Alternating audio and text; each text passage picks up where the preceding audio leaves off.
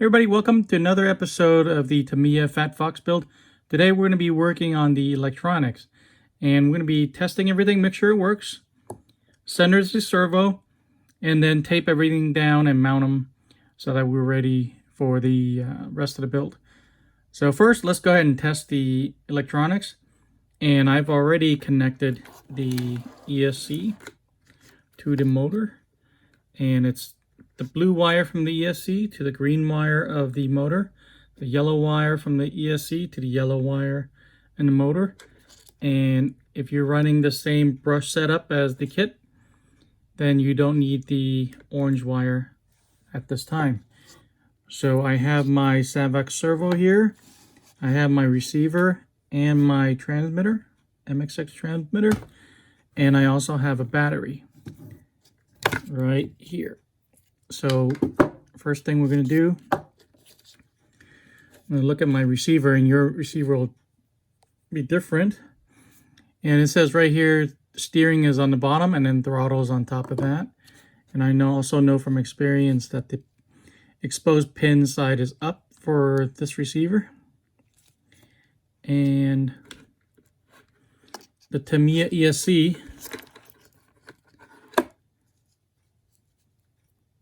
has a flap here, and I had to cut that off to fit into my receiver. So there you go, have that set up. My radio and receiver is already bind, so you need to do that as well. Follow the instructions of your transmitter receiver. Next, I'm going to connect the battery. Turn on the transmitter, turn everything on, and power up the car. Okay, let's see if everything works. All right, I have movement on the servo. I put the Servo Saver on so we can see the movement. There we go. And let's see if the motor works. So we have throttle.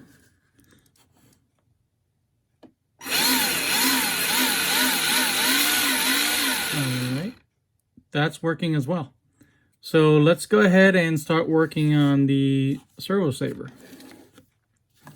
Alright, first thing you need to do is figure out which one of these two Servo Savers work for your servo. I determined just by fitting it on there that this is the one. This is the one that came with the rest of the servo horn parts. The other one's on a hard plastic tree that you'll find. All right, first thing, we're going to look at the diagram here. First, the Servo Saver goes on, and then this is supposed to be a spring. And then the horn, making sure everything's still perpendicular. And then the small washer, plastic washer ring. And for my servo, I know that it's going to be this screw. I've already tested it, and from experience with other Savax servos and Tamiya kits, I know that this is the correct screw. Turn that in. Okay, there it is. Everything still works. Now we're going to put on the link and also the bridge, and that is one screw. So first screw is going to be right here, and the short side will go on here with a shoulder screw. Again, these are the shoulder screws. Go ahead and get that on there.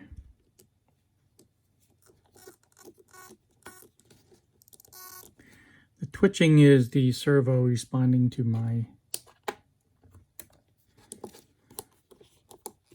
turning by hand.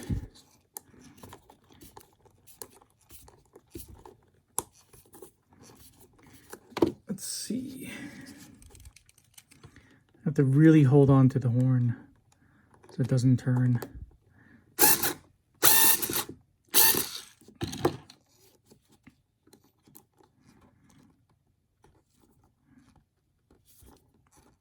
This is really tough, trying to get this shoulder screw through two pieces of plastic. Okay, but I managed. There it is. And the second part is to mount this onto here. And the side with just a little bit of tab go towards the link, like so. And this time the screw is going to come from this direction. So let's see.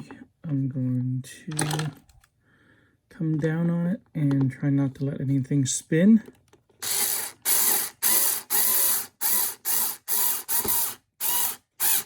Slow and steady. There we go. Now I need to make sure there's still free movement. Okay, it feels pretty good. And the next step is to put on the mounts. And the mounts are two-sided, and we need to figure out what side we're going to use. If the face of your, between the top of the servo to the mounting wing right here, is greater than 8mm, you need to have the mounts with this indentation facing away from it, like so. If the top of your servo to the flap here is under 8mm, then you need to turn it where the indentation is facing the servo. I know that I measured already that this is less than or right at 8mm. If you had a bigger servo like this, where this is much bigger than 8mm, then you need to follow go the other direction. But for me, I'm going to have the indentation facing the servo, like so. And I need to make sure the servo's pointing up. So what I'm saying is, don't put it that way. You need to make sure that this is the top. And it uses these flange screws that have the washer already built in. Again, I'm going to try to make sure this doesn't spin, the servo doesn't spin while I'm putting that screw on.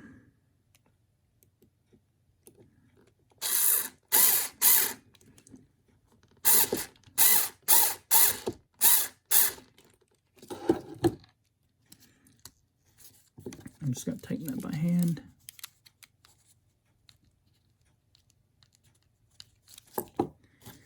And then again, on this side,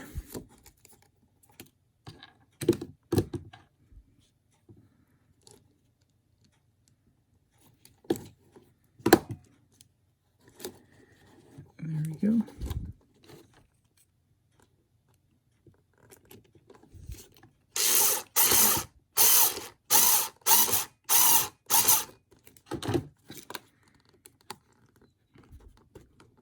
You need to make sure these two screws are very tight, because you don't want any slop between the feedback from your servo to the steering linkage and then subsequently the wheel. You don't want any vagueness in steering. The worst thing that can happen is you want to make a turn on the track and next thing you know, you're not turning. Okay, so I have the servo here. We're going to go ahead and set it into the chassis. First thing we're going to do is set it in there and put on 2 screws on the bottom side of the chassis. And let me show you there. There's one and there's the other one. And 2 flathead screws will fasten the servo onto the chassis. Let me get this one.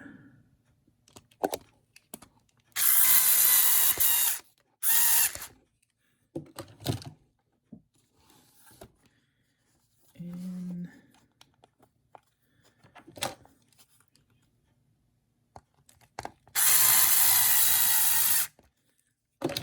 there we go.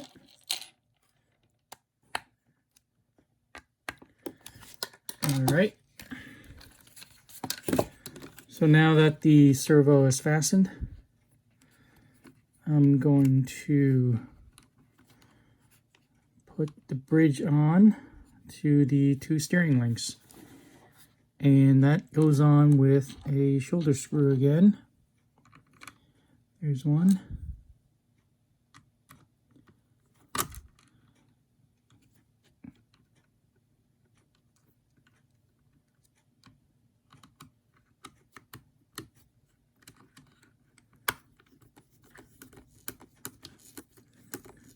Okay.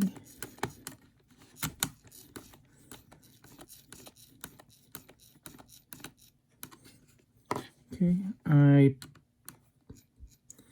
just back it up a quarter turn. Here's the other one.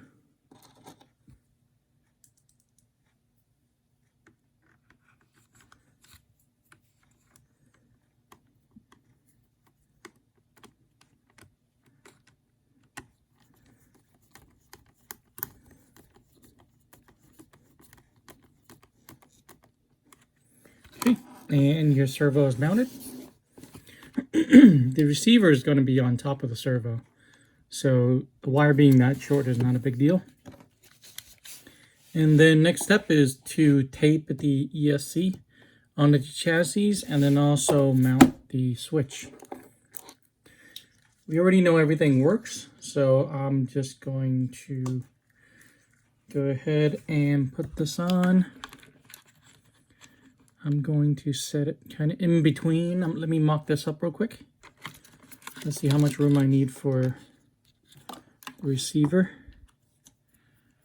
Okay, so I do need to back it up a little bit because the receiver is going to be, I don't want it interfering with the servo. So I'm going to back it up. I wonder if I can, there's not enough room. I can't go vertically, I have to put it here.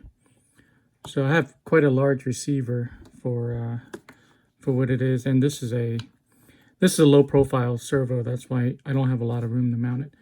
But anyway, I need to pretty much put the ESC and just about there to make sure I have enough room. Okay, and so I have the double-sided tape. Just gonna trim off just a little bit of it.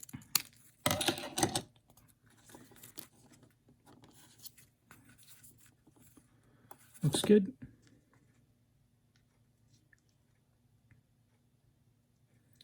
Sometimes I have trouble with these, sometimes I don't. Okay, there we go. And I'm going to set it right around there. And just let me double check. Perfect, plenty of clearance. So that's where it's going to be. And I need to mount this switch, and so let me go behind all the wires. Come around this way, and then I can bundle these wires a little bit later and mount the switch. Okay, in order to mount the switch, I need to take these two screws off.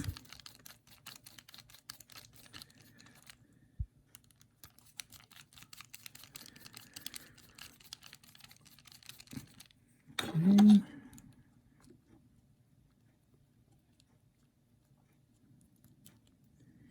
One.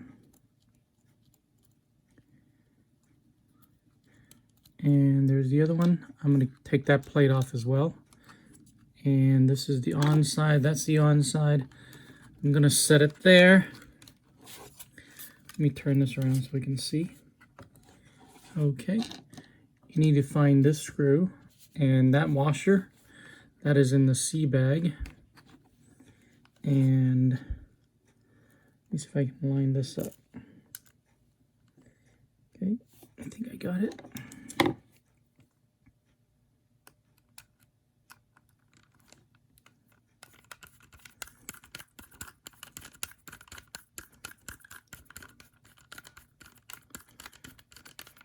All right. And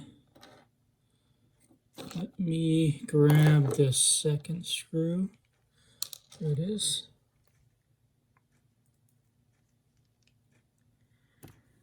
And get that in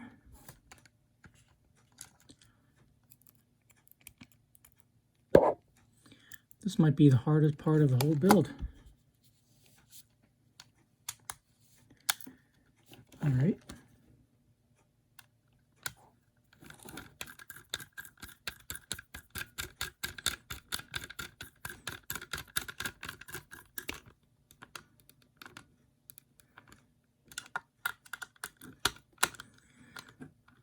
Okay. I don't know how I feel about having the switch on the bottom of the chassis, but we'll see. All right, we're ready to go. The next step, I'm going to go ahead and put on the receiver before I do anything else, because I want to plug it back in.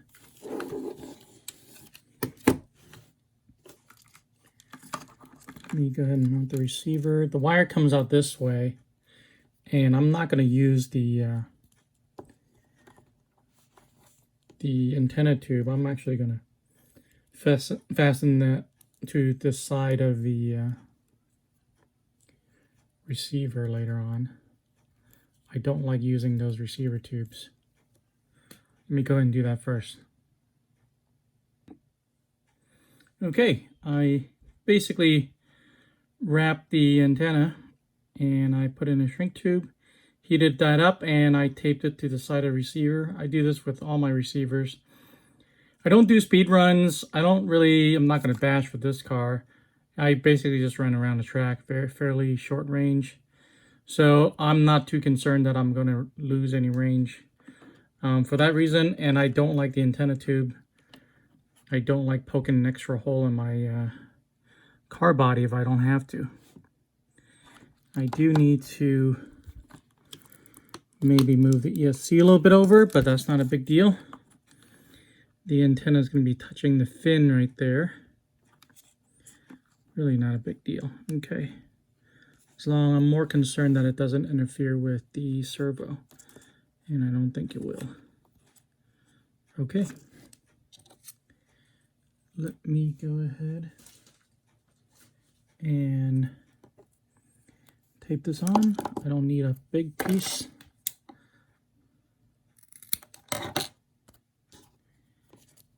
There we go.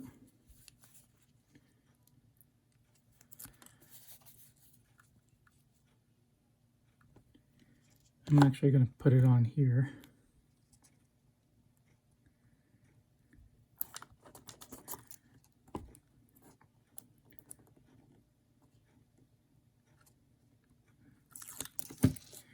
Okay.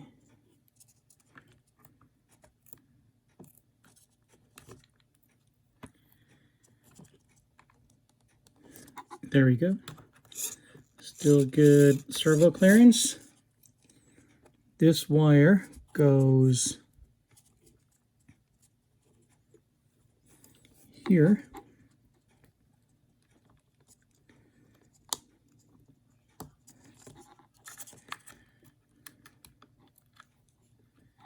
This wire goes here.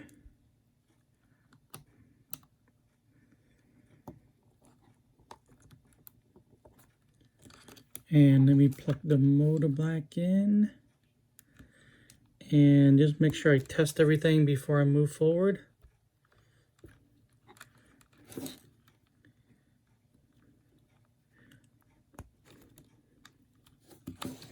All right, let me set the battery down.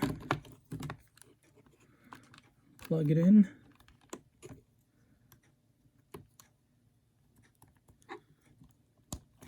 Turn on the transmitter. Turn on the car where the switch is down here now. Okay.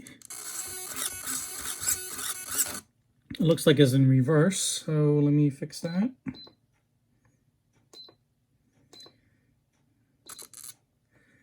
Right is right, left is left. Okay. Looks good. Let me check throttle. Okay, Okay, throttle's also in reverse, so let me fix that.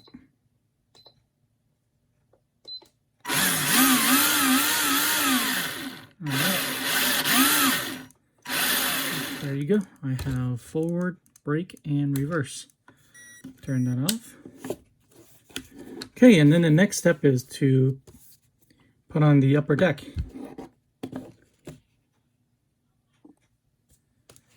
Okay, here's the upper deck. First thing we're going to do is mount the antenna tube. Okay, and we need to find this screw right here. It's MC6. It's a little bit yellow, so I don't know if you can see that. But the threads are very thin, very close together. It's not a tapping screw. So let me put this on and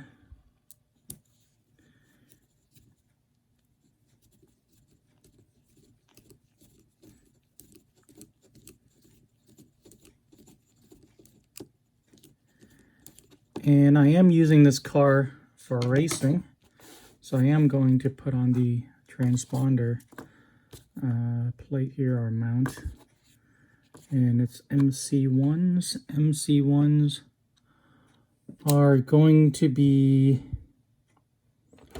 these darker ones, which I assume are these right there. There's two. Yep. Okay. And it goes in this direction.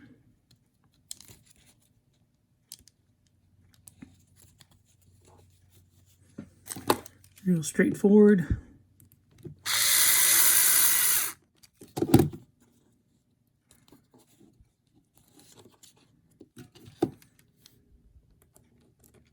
In case you don't know what a transponder is, or don't know what it does, on racetracks there's a transponder system which keeps track of your time and how many laps you run.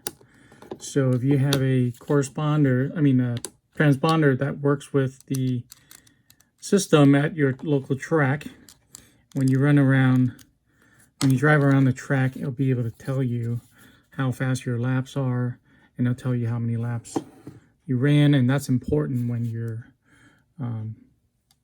competing in a race. Okay, so the top deck goes on top of all these wires, so I don't want to loop through them. I do want to loop through the battery because I can always take it off. Okay, you want to make sure the top deck sits on top of that steering assembly there. And those two are very important screws, so let's do that first. MC4, they're going to be tight threads. It's this one right here, fairly long. Let's go ahead and find those. It's going to be that one. And call me blind, I don't see the second one.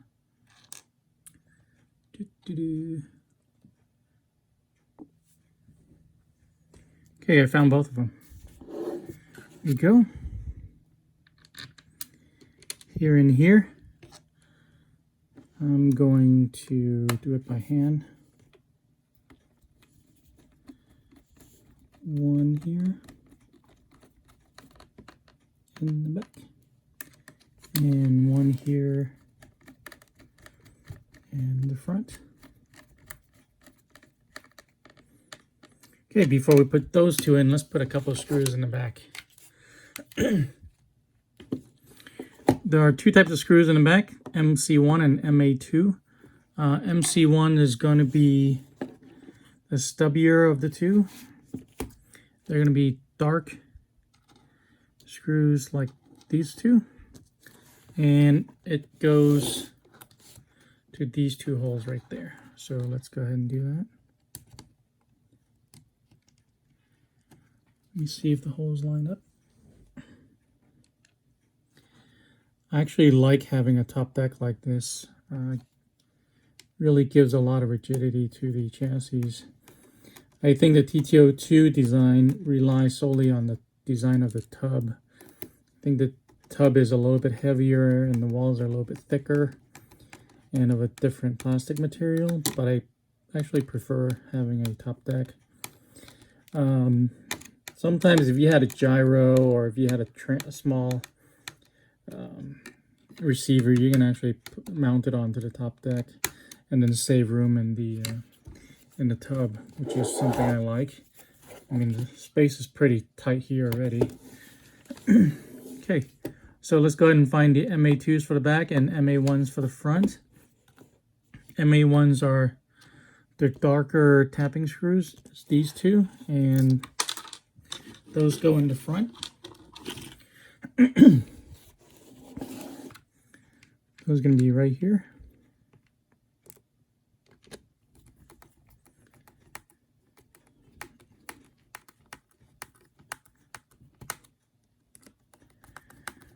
Okay.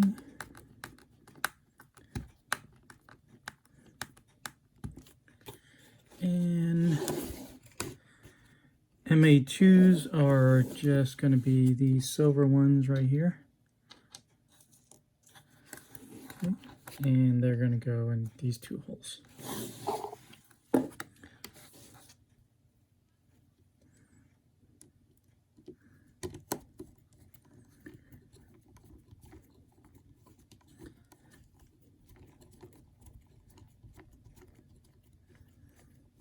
Okay. I don't know why Tamiya uses different color screws, what the meaning is, and why don't they use hex screws instead of Phillips screws. There's a lot of things I don't understand. But there we go. Okay. And the top deck is completely ready. We had already put on connected the motor to the ESC, and now we're going to put on the motor sheath, kind of like a cover. Normally I wouldn't put it on, but since it's part of the build here and I want to build everything according to the manual to demonstrate, I'm going to do so. And one of the first steps is to take this off. And it actually is the same screw. Actually, no. Let's see. Yep, it's the same screw. Put that back on.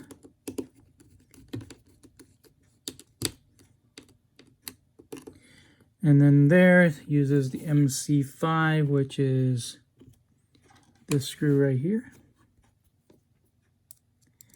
Very fine thread screw.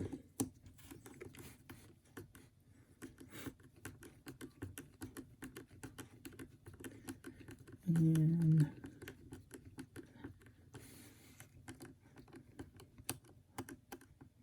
there we go.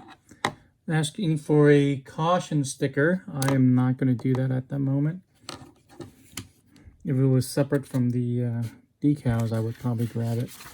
But I don't want to cut decals right now from that big sheet. So that's that. All right, and we're done. The next step is gluing tires, and we'll address that in the next video. Okay, so there it is. There's all the electronics mounted. We installed the Servo Saver, mounted it to the steering assembly, mounted the servo, mounted the ESC, connected to the motor, and put everything, connected it to the receiver and the battery, and we already tested it. So everything works. Hope you enjoyed this video. I hope I was able to help you in some way. Please drop this video and like. Consider subscribing. I'm trying to get to 400 subscribers as soon as possible. So I'd really appreciate it. And I'll see you guys in the next video.